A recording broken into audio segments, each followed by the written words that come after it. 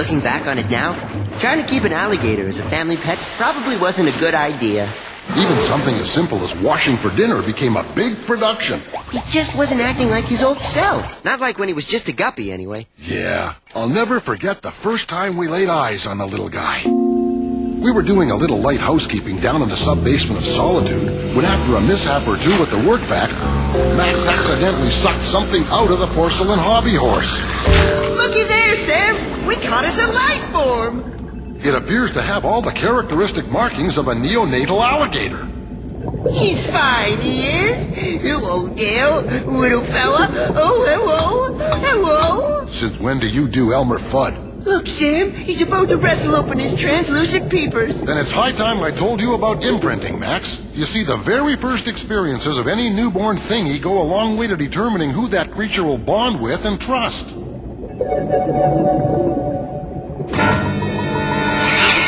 Or conversely, loathe and despise. Congratulations, little pal. He thinks you're his mommy. You mean we can take him home and raise him as our own? We were young and foolish. Just kids ourselves, really. What did we know about the care and feeding of infant wildlife?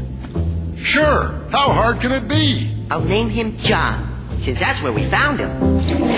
And so began our longest journey together.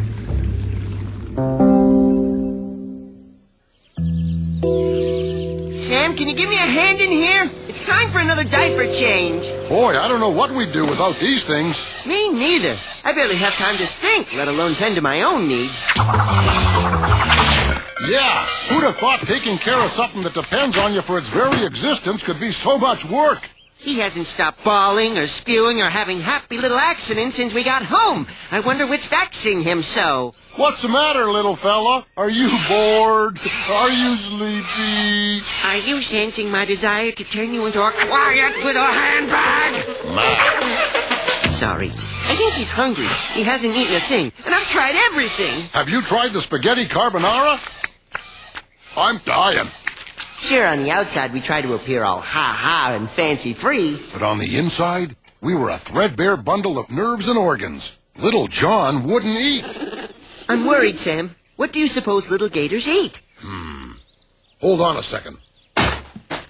Well, let's see now. Albacore, albatross, alley-cat, algore. There it is. Alligator.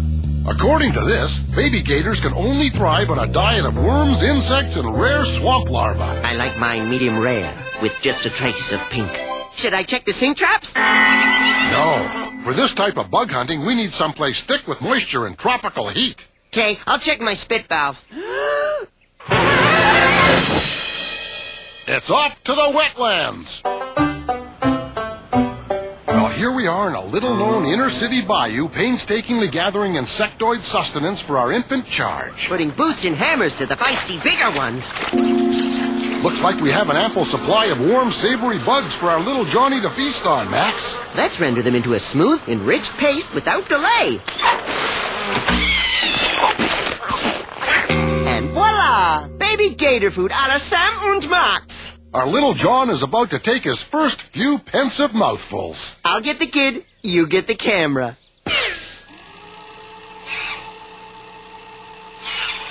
Hey, he's still not eating. What gives? Maybe it's too hot. There is a slight burning sensation. That's just the venom. Then what's the matter? Why won't he eat? At that point, we were facing the very real possibility of losing a cherished family pet. Until the fickle finger of fate poked the grim reaper right in the eye. No! That's it, Max. That's the answer. He'll only eat things off your finger. Like the first 3 layers of skin. Isn't it precious? He's still operating under the false assumption that you're his own fierce, leathery mommy. Must be your teeth. This feels right, Sam. I think I'm experiencing the heady bond that can only come from motherhood. Or loss of blood. Look at him go. At this rate, he'll be onto solid foods in no time. Good. All this arm hair and muscle tissue can't be good for him.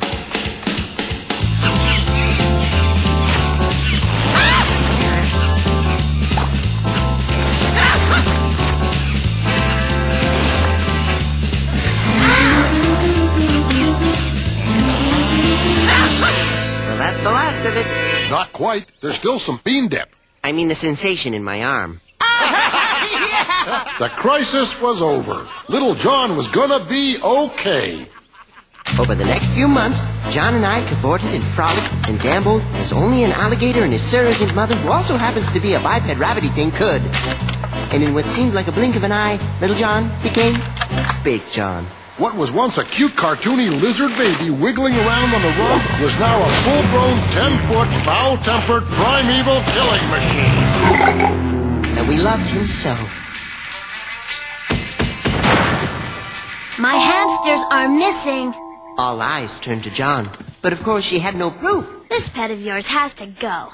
You can't expect a full-grown alligator to adapt to your lifestyle. Nobody can adapt to your lifestyle. The geek was right.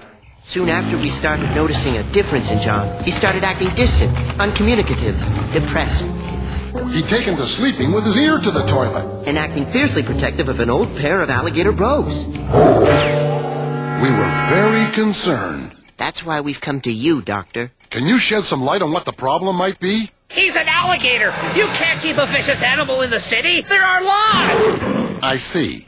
And your professional recommendation? Get rid of him! Well, you heard him, Max. Clearly, John is suffering what's known as captivity syndrome, a none-too-common occurrence which manifests itself when one takes a wild animal away from its natural habitat. The way I see it, there's two ways we can do this.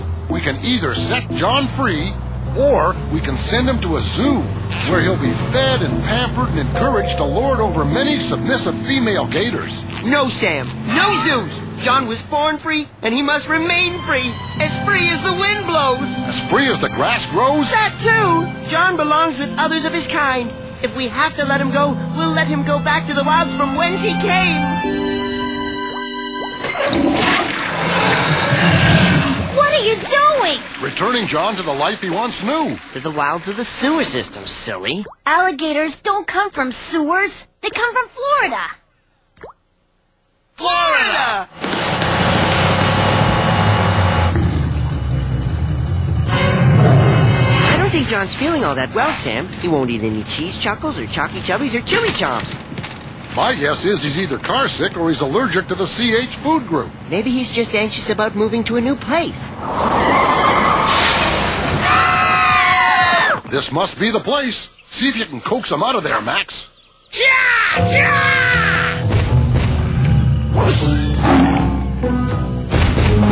You see, he's blending right in. I think our John will be very happy here. They grow up so fast. Yeah, uh-huh. Oh, it's okay. There, big guy. Yep, we'll get right on it. That was the high-pitched squeal of the commissioner, Max. He says our heart-wrenching story has moved him to tears and that there's dirty dealings on the banks of Old Man River. Looks like we're barely bound. We visited John many times after that. And not just because he swallowed our shields and we were waiting for nature to do its thing. But because even though John was back with his own kind, he'd always be our special gator. You choked me up, little buddy. Which one was he again?